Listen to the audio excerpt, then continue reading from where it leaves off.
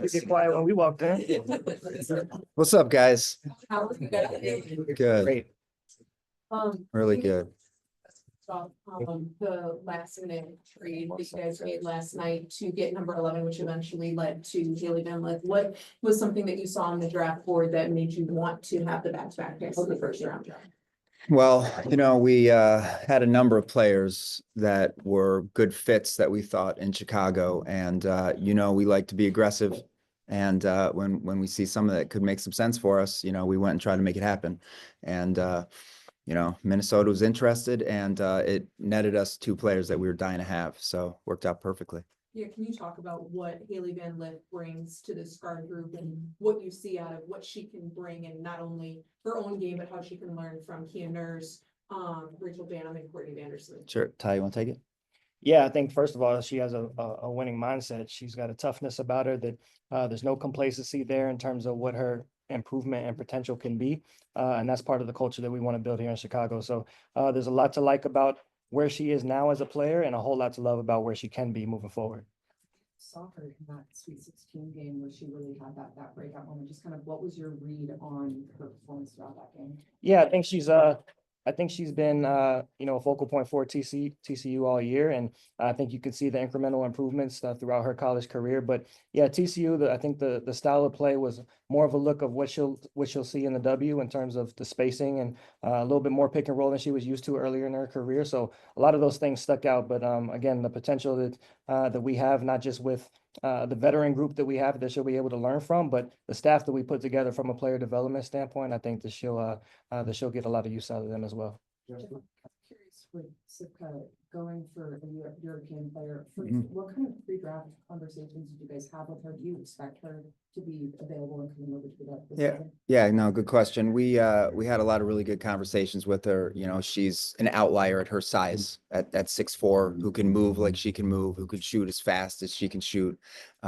Extended range, a lot of length. And as far as her coming to the W, there'll be ongoing conversations. But we drafted her because we wanted her to play here. So hopefully sooner rather than later, because she's got a chance to be special. At only 19 years old. I mean, Yeah. She won't even be old enough to drink in this country. Yeah, When she comes over, just what did you guys see, and what trust did you guys have to have her be your first pick of the night? Yeah, I mean, it gives you a good window into maybe our league when you're watching players that young that have been pros for a number of years. So she's been able to have a lot of success at playing against grown women. And so it gives us a little bit of a blueprint, that then you can handle yourself there, that you could probably, as you get older, and imagine that girl in 2, 3, 4 years from now, how special she might be. Because at that size, even looking throughout our league, as far as her mobility and her ability to shoot the ball and shoot as quickly as she does, there's just not a lot of them. So it was too hard to pass up. Do you see her as a franchise player who could stick around for maybe 10 years in the league here? Yeah, we think she's great. We think there's not a lot of her, so players at that size that can shoot the ball, you always want them around. And in our league, shooting, defines a lot of success. So yeah, it's a player we want to keep here forever. Jeff, when you look at the draft, how everything shook out, especially with the way that Haley rose up draft boards with their NCAA tournament performance, were you excited? What were the emotions like seeing her slide to you at 11? What was that like in those moments? Yeah, I mean, look, last year we were sitting at 3-7, had a lot more control. We made a move yesterday to secure another player that we were hoping was going to be there. Ended up being, Haley and Aisha. But in all reality, it's like you sit there and you wait and you have no idea what's going to happen. And you stick to the board, you stick to your strategy. It wasn't a ton of discussion because we were hoping to land her if she was there. So again, you're at the mercy of the teams in front of you. But again, being able to go get another pick a day beforehand really gave us some flexibility and able to get 2 players that we were really excited to have. Were you surprised that she was there? Absolutely. We're surprised that Sivka was there. We're surprised Haley was there. So yeah, we're sitting in a really good place right now. Coach Marsh, back to kind of what Haley Van Lith brings to this team. Not only we know what she can bring offensively, but defensively, she can be really disruptive. How do you see her defensive game really translating into the W? Yeah, I think, and we've had some conversation about this before. I think that defense, a lot of it is about will just as much as it is about ability. And so the willingness to want to get up and pressure the ball is something that'll be important. And, I think sometimes it gets a little overrated of what on-ball defense can be. I think that, for Haley and a lot of guards in this league, it's mostly about not being able to get screened. If you can do that, you have a chance. I think that we got a lot of really good, quick guards, really good offensive guards in this league. And so, if you're asked to pressure the ball 50, 60 times in a game, you're going to get beat every now and then. You're going to get hit by some screens every now and then. So again, I think it's the willingness to want to improve on that part is what we're looking at the most, more so than what the actual ability is, if that makes sense. Also looking at the second round picks, you guys selected, I don't know, Koulibaly, is that what's your last name? And then Maddie Westball. What did you see out of the two of them that, wanted you to bring them to Chicago? Yeah, I think first with Maddie, she had a great career at Notre Dame. She's another one that can stretch the floor at her position, and there's not a lot of people with her size that's able to do it at the clip that she's able to do it. So certainly her ability to space the floor is something that stuck out, but also she's a really headstrong player. Like she's got a great basketball mind and basketball IQ, and the way she was able to bounce back from her injury this past year with Notre Dame. And do whatever it takes to, for that team to be successful, whatever she's called upon to do, is something that jumped off the screen to us. So, and it wasn't just this year. There's somebody that we've taken a look at for a while, respectively, when I was in Vegas, and obviously Jeff here in Chicago, but somebody that we saw eye to eye on. But and then Koulibaly, she's got great athletic, physical gifts.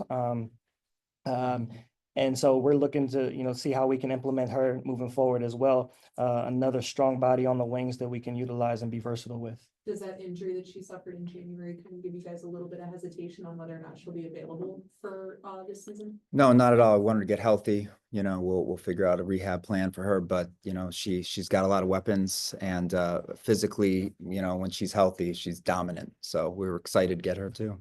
For a player like Haley, bounced around 3 different schools and had success at each school, I believe, reached the Elite Eight with each school that she was a part of. Just talk about that tenacity, because that in itself, just bouncing from school program to program, having learned the schemes and having success, what does that talk about her and just her tenacity to succeed?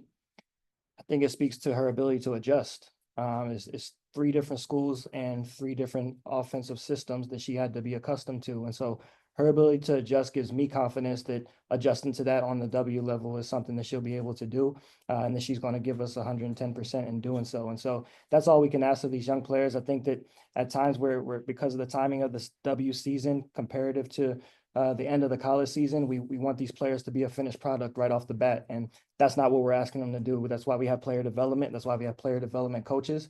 That's my background. That's Jeff's background. So we're going to put all of our efforts in to making sure that Haley, Maddie, Aisha, and Aja are in a position to maximize their full potential. So Julia, next, please. You guys have really emphasized player development and talking about all 4 of these players. What do you think that says for kind of the timeline that you guys are looking at in terms of what you want to be building towards and what you want kind of growth to look like for this franchise?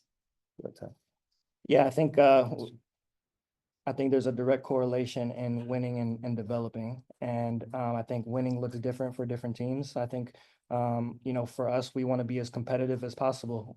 That's kind of the staple that we want to be built behind. We're going to let the results turn out however they may, but we want to set a level of expectations to the standard that we want to play at, a championship standard, and then we can kind of work forward from there. So for us, again, I can't give you a true timeline. The timeline for us is continued growth.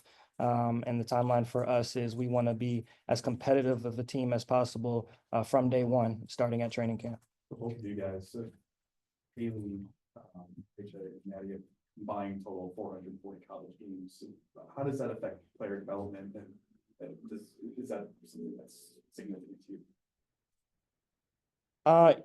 Yes, I don't think there's a timeline on what development could look like. I think that you can get better at any point of your career. Certainly more college experience helps you in the transition to coming over to the pros. But I think if you were to talk to the vets that we've brought in, whether it's Beck Allen or Ariel or Kia, who have been in this league for a while, they still have a hunger to get better as well. So we don't put a age or a time limit on what player development looks like in our organization. Yeah, and we emphasized that in our conversations with players, and when we speak together, we want players that want to be helped. So if players wanted to come in and improve, we wanted to be a destination for them, and we're going to continue to highlight our player development top to bottom. Outside of Tyler and I, our whole staff, they have weapons in every department. We have so many ex-pros and so many skilled teachers here that we're going to really start to highlight this. And when we spoke to these players, we wanted to make sure that they didn't think they were a finished product, and we need open minds. We want creative people because we have creative coaches. And, and in all reality, like I said, like you can only help people that want to be helped. And those are the types of players here now. And we just drafted a bunch of players that are going to complement that core with that mentality. We'll go to Alyssa and then we'll open up to Zoom. Hey, two quick ones for you guys. Correct me if I'm wrong, but I think you can bring 15 players to training camp. So I think you guys are at 17 right now. So what does that mean? Can have some more. You can Yeah, what, yeah. 18? 18 to 20. Yeah. Great. Yeah. And then Jeff, you talked about wanting to have synergy between your post and guard and guard and post. Sure. Maybe for both of you, can you guys talk about the synergy that you see maybe between like Suka and your guards and then maybe Haley in the post?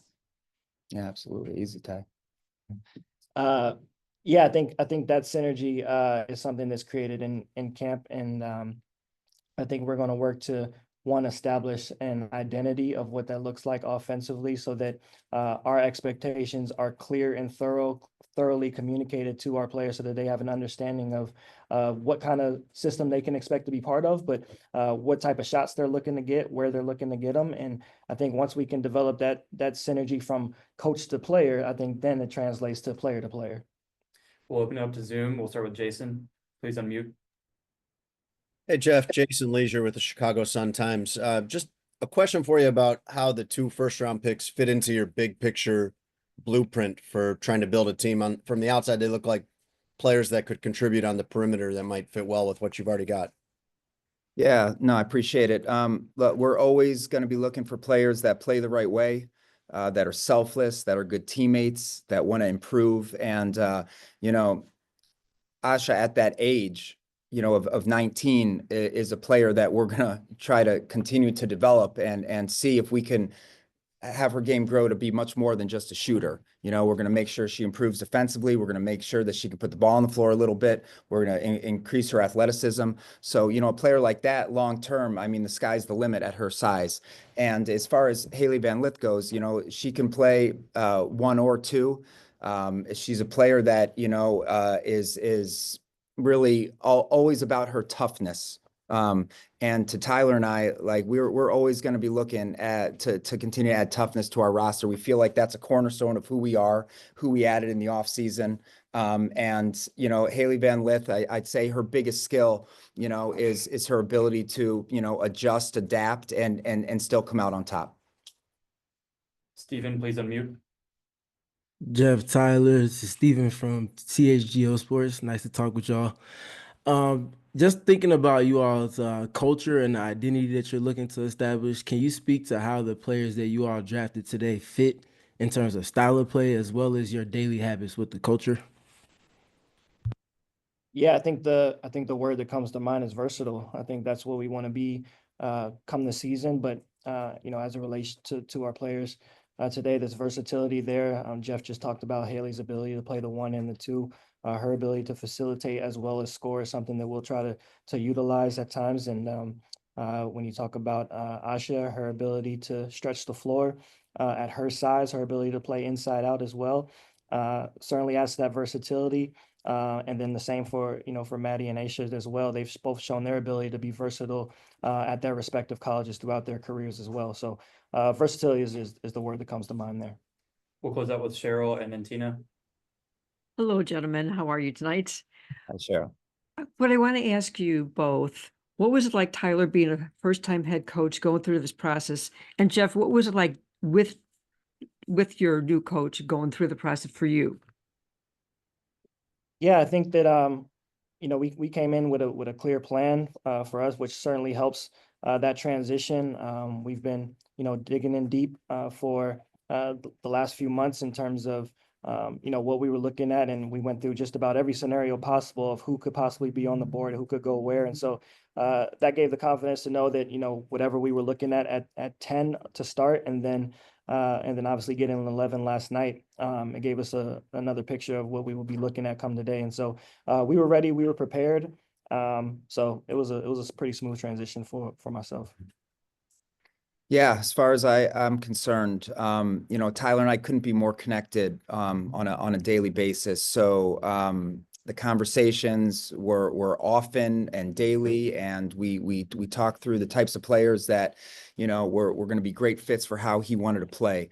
And it really gave us, you know, a lot of insight early on, you know, when we were studying the draft boards, who was going to be available, you know, who could make the most sense for Chicago, and how he wanted to play. But you know, we see the game with a lot of similarity, and we also have no issues going back and forth, you know, when we're not in agreement. And I think that's going to be, you know, the mark of our success. And I've got nothing but trust in this guy, and this plan that we had going into tonight, you know, with him in his first year. I mean, you know, we got just about all our targets, and it's tricky, you know, with picks spread out like they were. But in all reality, we had a plan, we stuck to it, we felt very prepared. Last Thank two you for your time. Tina and Carly, one apiece, please. Tyler, overall, what excites you most about this roster as you prepare for training camp, first time as a head coach too? Yeah, I think it's just the hunger to compete. I think that you know, we got so many different players from with different experiences, you know, from this past year, and I'm excited to get them all together. There's you know, just a sense of newness from everyone. Just you know, I think that, you know, me starting off my head coaching career with a whole new group, pretty much, I think that you know, it's something that I couldn't ask more for. And they've all been so supportive thus far. The organization has been extremely supportive, and I just think that we have such a great mix of vets and young pieces that I can't wait to see how they gel together and on and off the court. Thanks, everyone. Thank you, guys. Thank you.